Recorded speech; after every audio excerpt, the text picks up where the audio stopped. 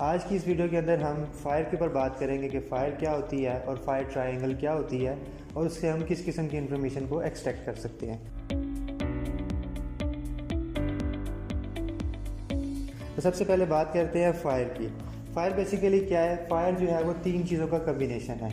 जब तीन चीज़ें मिलेंगी तो फायर लग सकती है। वो तीन चीज़ें क्या हो सकती हैं? सबसे पहली चीज़ ऑक्सीजन। आग लगने के लिए आपको ऑक्सीजन का होना बहुत ज़रूरी है, जो कि हमारे इन्वायरमेंट में हर वक्त मौजूद होती है। सेकंड चीज़ जो आग लगने के लिए ज़रूरी है दैट इज़ फ्यूल। फ्यूल वो चीज़ जिसको आग लग सकती है।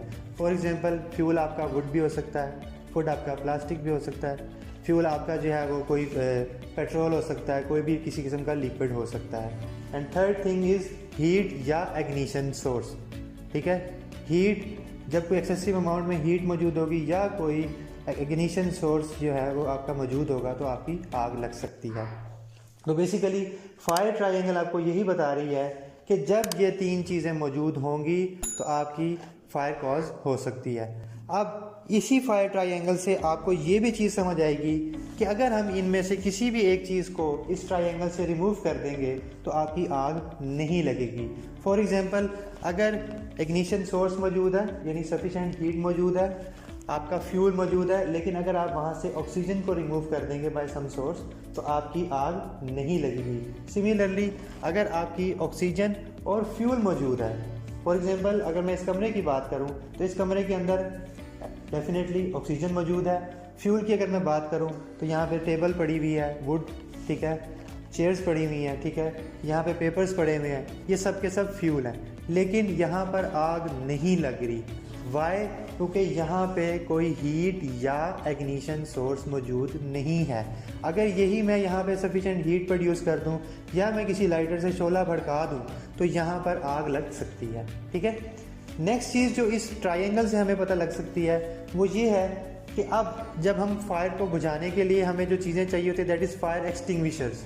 ठीक है, डिफरेंट किस्म के फायर एक्सटिंग्विशर्स चाहिए होते हैं जो कि आपकी आग को बुझाते हैं। अब वो फायर एक्सटिंग्विशर डिफरेंट मेथड्स को यूज़ करते हैं और इस आग को बुझाने के लिए, जिसमें अगर मैं बात करूं इन मेथड्स की तो हमारे पास तीन मेथड्स हैं आग को बुझाने के लिए।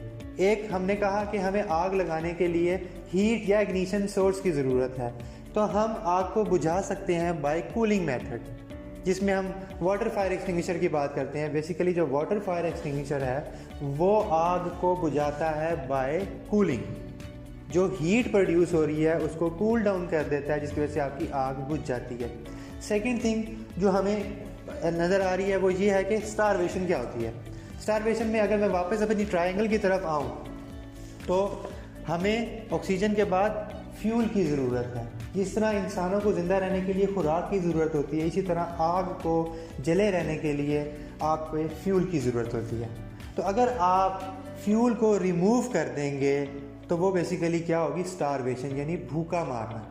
तो आग को भूखा मारा जाता है किस तरह से? By removing the fuel.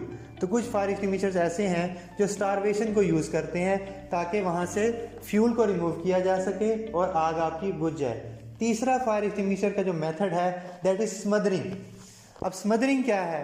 Basically जैसे फायर ट्रायंगल में हमने देखा कि हमें ऑक्सीजन की भी ज़रूरत है, तो स्मदरिंग क्या करती है? स्मदरिंग आपकी वहाँ से ऑक्सीजन को रिमूव करती है। फॉर एग्जांपल अगर मैं फायर ब्लैंकेट की बात करूँ, अगर किसी जगह पे आग लगी हुई है, किसी फ्राई पैन में आग लगी हुई है, तो आप जब उसके ऊपर फायर ब्लैंकेट डालते हैं तो वो क्या करता है कि एटमॉस्फेयर की ऑक्सीजन को उसके पास फ्राई पैन के अंदर नहीं जाने देता। तो अंदर की मौजूद जो ऑक्सीजन है वो जितनी भी होती है वो यूटिलाइज हो जाती है और उसके बाद फर्दर ऑक्सीजन ना मिलने की वजह से आपकी आग बुझ जाती है। तो बेसिकली फायर ट्रायंगल से हमें दो किस्म की इंफॉर्मेशन मिली कि आग लगती कैसी है, कौन कौन से एलिमेंट्स उसमें चाहिए होते हैं, और अगर आप आग को बुझाना चाहते हैं तो कौन कौन से मेथड्स हैं जिनके ज़रिए आप आग को बुझा सकते हैं। मैं उम्मीद करता हूं कि आपको हमारी आज की वीडियो बहुत पसंद आई होगी। मज़ीद इस तरह की वीडियोस देखने के लिए हमारे चैनल को सब्सक्राइब करें, शेयर करें और बेल आइकन के ऊपर क्लिक करें। थैंक यू, अल्लाह हाफिज़।